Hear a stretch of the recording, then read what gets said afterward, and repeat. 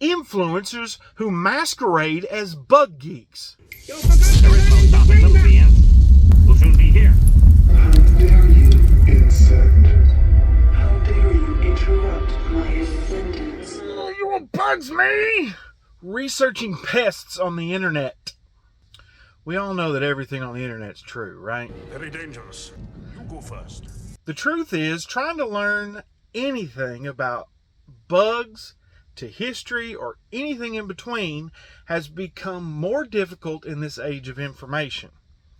We have a massive quantity of information and a severe lacking of quality. So how do you know you can trust the videos you watch or the articles you read? Just like anything else, you have to start from a place where you take everything with a grain of salt and never by itself. The number one tip is to ignore anything anyone says on social media, even when they're well-meaning. Most are just repeating things they've heard others say and have zero first-hand experience. Now, I realize this is probably going to be shared on social media. Ha ha, got me. Right? To make matters worse, most make claims based on experiences, but don't fully understand why they got the result that they did. This is rampant in the layman pest control arena, especially on social media. I had a lady try to tell me that putting out cinnamon is what finally got rid of her ants, ignoring the fact that I treated that same day, ruining the cinnamon that she sprinkled around the house, not to mention whatever the wind blew away before I got there. She got the result, but didn't understand what caused the result. Just for the record, ants will eat cinnamon. It's not going to keep them away. The same goes for any essential oil or food dust you willy-nilly throw around the house. I know people swear by these things, but when you dig deeper, you get one of a combination of four things. Number one, as I just described, they don't understand what really happened. What got them the result? They're dead. Number two, Can I go now? they never did it. They're just repeating some other idiot who said it worked, who was probably repeating what they were told by some other idiot. They didn't actually do it themselves and sure didn't get the result they claim they did. Number three. You saved my life. I can't tell you how many times customers tell me some old wives' tale method worked after they call me to come out. Facts don't care about your feelings. See the problem? If it worked, why am I here? Truth is, it didn't. It may have rerouted them temporarily, and you thought that fixed it, but they always come back. They're very persistent. You may have gotten rid of them, gotten them out of your hair temporarily, but they will come back because you didn't fix the problem. You just kind of tickled it a little. Number four, they got lucky, or they didn't have a problem to begin with. I get calls all the time from people freaking out because they saw a snake in the yard. Now, I understand that. I hate snakes. I know. They're beneficial. They eat mice, blah, blah, blah. I'm cool with them as long as they're over there. But if they're here, no. Snakes. Why did it have to be snakes? The point here is they saw a snake. Great. Welcome to Tennessee. Seeing a snake is not an indication of the apocalypse, and that doesn't mean that you need to do anything. So when you put out mothballs, don't use mothballs for anything. Anything. Game over, man. Game over. So when you put out mothballs and you don't see another snake, it doesn't mean you had a problem or that the mothballs had anything to do with fixing the problem, because it didn't exist in the first place. You saw a snake. You're in Tennessee. Yeehaw. Get some sweet tea and welcome to Tennessee. You didn't have a problem to begin with. Use this information when trying to research pests on the internet. Look, I've used this analogy 1,000 times. Give me all the tools and the books and the YouTube videos and roll me under the bug truck to fix something, and I'm going to break it. Because even though I have all the tools and access to all the knowledge, I have zero experience and none of the wisdom when it comes to vehicles. So when you're searching for good info, start here. I have many videos and articles on just about anything pest control related you can think of. But remember, I'm just one source. And believe it or not, I'm not perfect and can make mistakes. So compare it with another source. But be careful the intention of the source. Just like you have to use Kentucky windage when watching the news to discern the truth.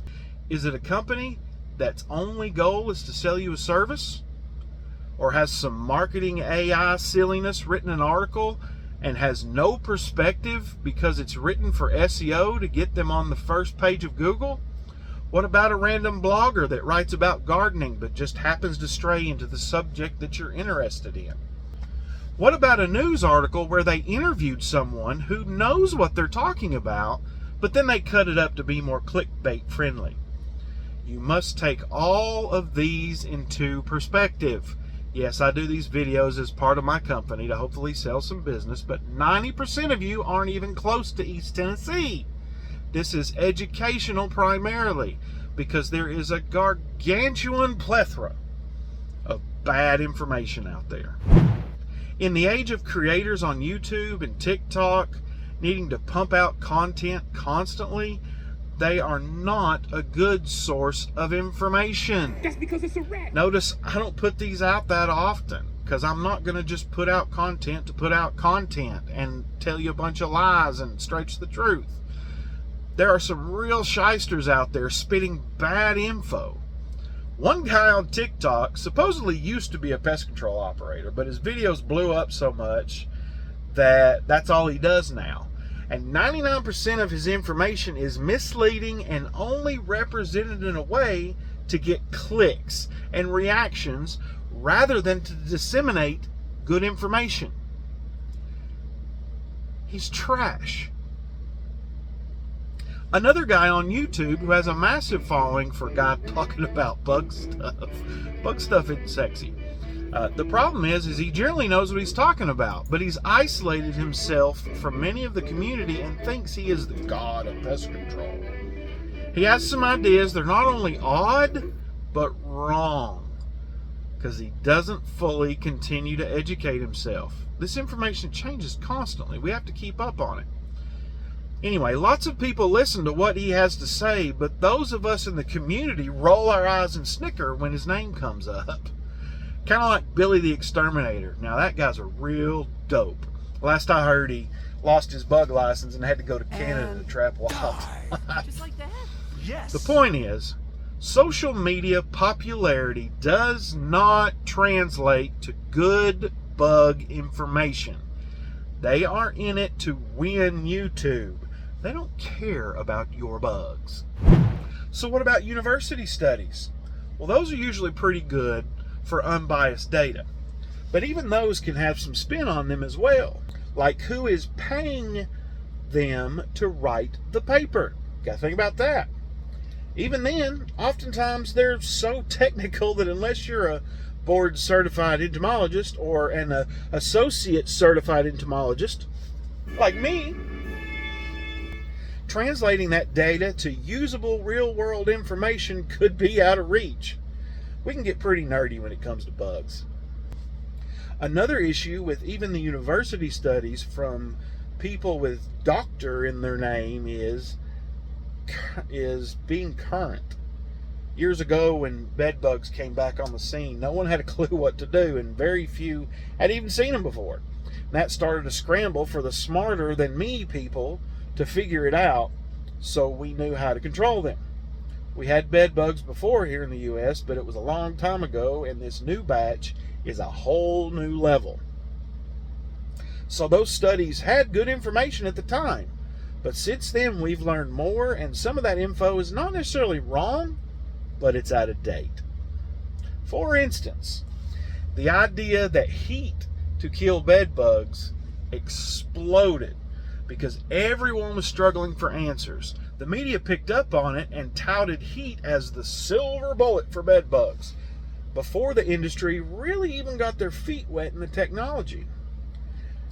We now know that heat is not the silver bullet, but it's a good tool in our toolbox. There are many reasons for this, but it seems like the media never got the memo about that, and it was too late because Joe Schmo and Sally Sue heard over and over and over on their trusted news source that heat was the bed bug death magic. To this day, most people still think that this is the case. It isn't. It's a good tool, but it's not the silver bullet. Any semi-reputable company that does heat still does some form of chemical application on top of it. The point is that heat's a good tool, and the data proves that. But depending on when that data was released, you might get the idea that it is the end-all be-all and not get the full story. When you're searching for pest control information, look at these issues and compare them with others to try to get a full understanding of the situation. My goal with Phoenix in these videos is to provide you with a one-stop shop for good info. But as I explained at length, I'm just another idiot on the internet. But if you compare my idiot information with some other idiot's information, and we start to be saying the same thing, and we're, actually in the industry and doing the jobs and killing the bugs, well, compare that information in my videos and everything else, and I hope you realize I'm usually right. Otherwise, I wouldn't make a video, because these are a lot of work. And hopefully Phoenix can become a source that you can trust to not only tell you the whole truth, but also dispel myths and tell you all the things your 20-year bug guy hasn't been explaining to you. You want to know what bugs me? Influencers who masquerade as bug geeks. But I love to prove them wrong. You're killing me, Smalls! So, I stand upon my desk to remind myself that we must constantly look at things in a different way.